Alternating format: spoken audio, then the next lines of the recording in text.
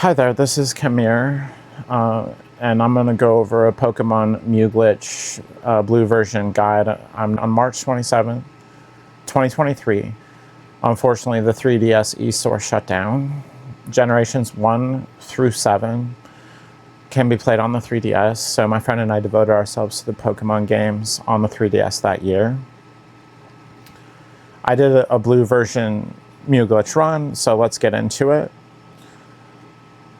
So first we'll talk about how you start the Mew Glitch. It's initiated by teleporting or flying from the trainer near the Nugget Bridge once you get to Cerulean City. And it's by the cave where Mewtwo is available to the champion later on. One can go west after crossing Nugget Bridge, hugging the bit of water there, and go one space to the west past the edge, then moving down with the other hand's fingers, hovering over and pressing start. This makes it a lot easier to set up the encounter. One then battles a trainer by a far line of sight, completes the battle, or you can black out and lose. Then upon returning and traversing Nugget Bridge, will fix out the glitch by conjuring a wild Pokemon battle. Keep in mind at all times to avoid as many trainers as possible before reaching Cerulean City. Then one can go back and initiate the glitch with these trainers.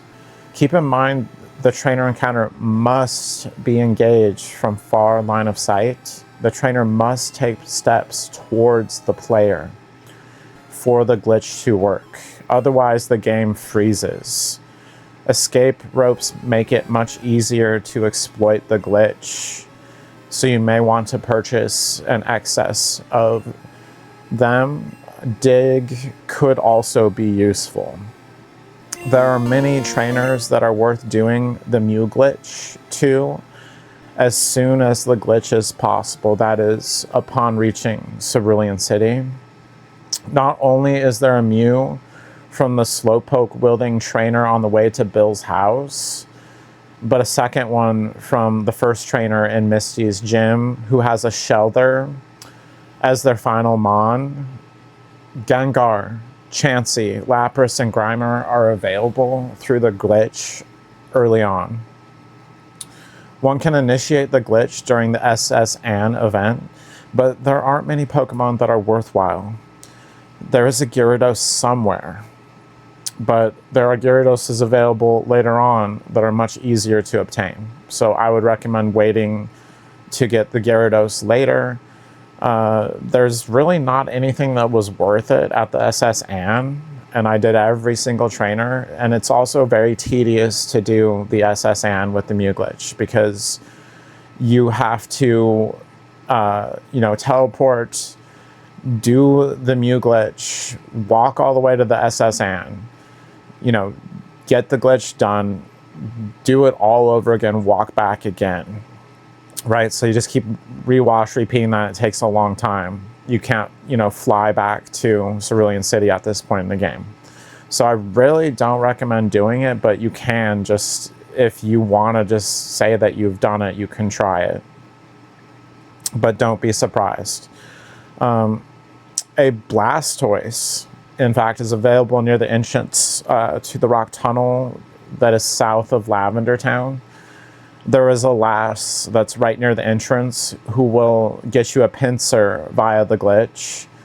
The trainer for the Blastoise is to the west, the left of her, and you can't miss that. There is another trainer nearby those two who will give you an Arcanine through the glitch, but be aware that it will use Roar. So it's really a kind of a throw of the dice to see if you would be able to catch it this early on. I would highly recommend the Gengar you can get early on, which knows Hypnosis, and just put this uproarious Arcanine to sleep. I never did revisit the rock tunnel with the Mew Glitch. So in order to do the glitch, when you're kind of in the mode where the glitch is on and the next time you get in a battle, you'll have a special battle, you cannot press start and open the menu. So you can't open your menu in the rock tunnel and use flash. So if you want to try to see what Pokemon are available for the Mew glitch there, you'll have to wander around blind. So I don't know if I would really recommend it. It's going to be really annoying unless you really know the rock tunnel. There are 2 Moltres available in the Silph. The first is from a Rocket Brother found beside 2 plants and a closed gate on the uppermost levels of the Silph.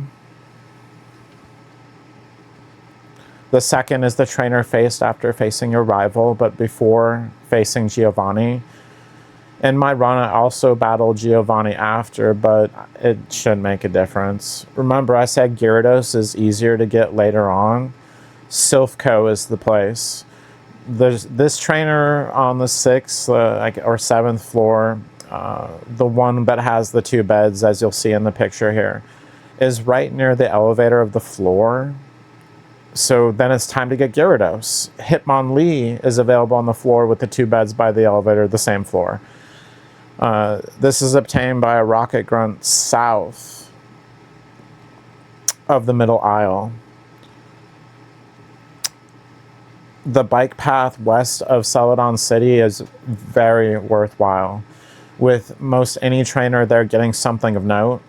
Most noteworthy of all is this trainer, 3rd or so out of the gate from Celadon, who will net you a level 7 Dragonite.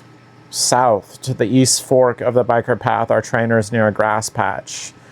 The trainer facing the grass patch has a Kadabra, and the one facing the other way has a Hitmonchan.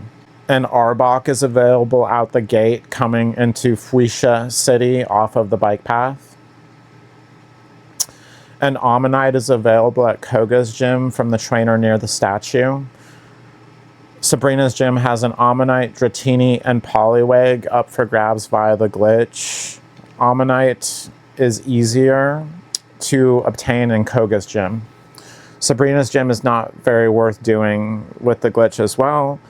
You cannot do the surf to Cinnabar Island, nor the Cinnabar gym, Blaine's gym that is, with the glitch. The glitch is available in the mansion with the Mysteries of Mew, but most are not worth it. There is a scientist on the bottom-most floor of the facility that may be of worthiness.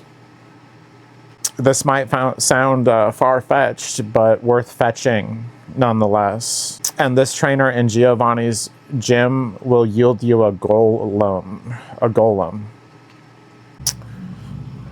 So yeah, at this point in the video, I'll just talk a little bit about my feelings about the Mew glitch. So Generation 1, it's very nostalgic to play it, and, you know, I don't mind it, but it's really not my favorite Pokemon game. And I played, you know, every version of this, and I played it many, many times. I played it way back in the day when the games first came out, right? And so I get really tired of some of the more not well done things in Generation 1. The way that they've done the item storage system in this game is very obtuse and fastidious to deal with. So there's a lot of things with the game that really bother me. How some moves don't even actually have an effect that they're supposed to. And also, Psychic type is overpowered in Generation 1, and there's really not much balance with that. I mean, Mewtwo alone can really do a lot of damage. I, you know, decided I wanted a different kind of experience with this game. And I thought that doing the glitch would be really interesting and fun, and a new, more enjoyable way to play the game. So when I sat down to play the game, when the e-store was shutting down, I really wanted a different kind of experience. And I was able to get that this time.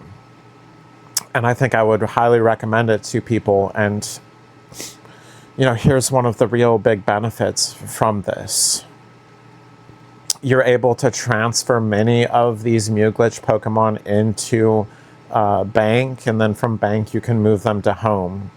And it's uncertain how long you'll be able to keep doing that in Pokemon. You know, they may shut down the connectivity of home to bank, or I guess properly stated, you know, the connectivity from bank to home. At some point they may shut this down. So I felt it was really important to maximize, you know, what Pokemon games I played on the 3DS that year. It was really fun to have the Mewglitch Pokemon and use them in other games that I played. So yeah, it was really fun to move the Pokemon into other generations, you know, once it was in home. I played a new game of Pokemon Sword recently, and I was able to move, for example, some of these Pokemon over.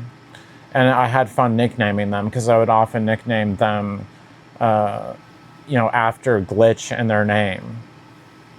Maybe Gen Glitch, or Mew Glitch, or Glitchu. Some of the names just off the top of my head here. So then you would have them, you know, in your home, and you would know that this is the Pokemon designation that you're looking for.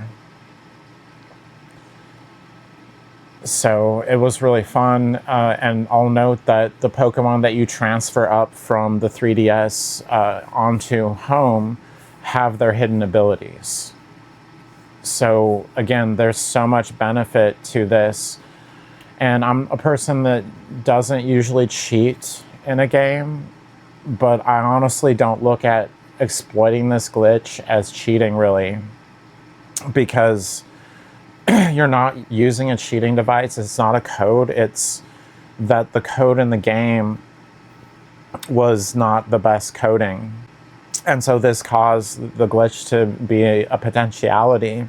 And so I feel if you want to blame anyone, it's the people that designed the game. And so it's just a part of Pokemon. You know, Generation 1 is known for having glitches and having some problems, and it's unfortunately become something that is noted about other titles in the series, certainly. So I would really encourage people to view this as not cheating, that you're just using what's there. You know, people messed around and I don't know who it was, imagine being that person though, the first person that discovered the Mew glitch must have been quite something. So to be there in that moment would have been something, wouldn't it? Yeah, it's such a fun glitch, and it was so fun. It redefined Generation 1 for me. That, you know, you can play Nuzlocke, but you can also play, we're gonna exploit the glitches in the game. And you know, I had done the missing number thing where you go up and down the coast, you know, at Cinnabar Island or wherever, and you can get into that battle. But this is my favorite glitch in the game, hands down. It's really fun, even though it's fastidious, you know, it's really, really obtuse, and you're just going back and forth early on. It's still worth it. So I really enjoyed doing the Mew glitch, and I look forward to finding other glitches that could be exploited in games in this series. Yeah, so I remember looking into, there was some way to change the trainer ID number of, let's say, the Mew that you catch with the glitch, because you cannot transfer the Mew that you catch. I'll note, you can't do that with this Mew. Move it up to home, put it in bank, it won't let you. So there's some way using missing number and some way of glitching it out when you're doing that kind of thing, that you can change missing, you know, the number and everything, and change the number to a different one. You know, miss that number and change it. So It has something to do with like stacking items that accumulate, and it's really tedious. And I almost question, are they just pulling your leg as someone in the Pokemon community? So I don't know. If someone wants to mention in the comments that they've had success with that, they can confirm that. But yeah, it's interesting to consider what ways it's possible to glitch out the games and what you can do with that.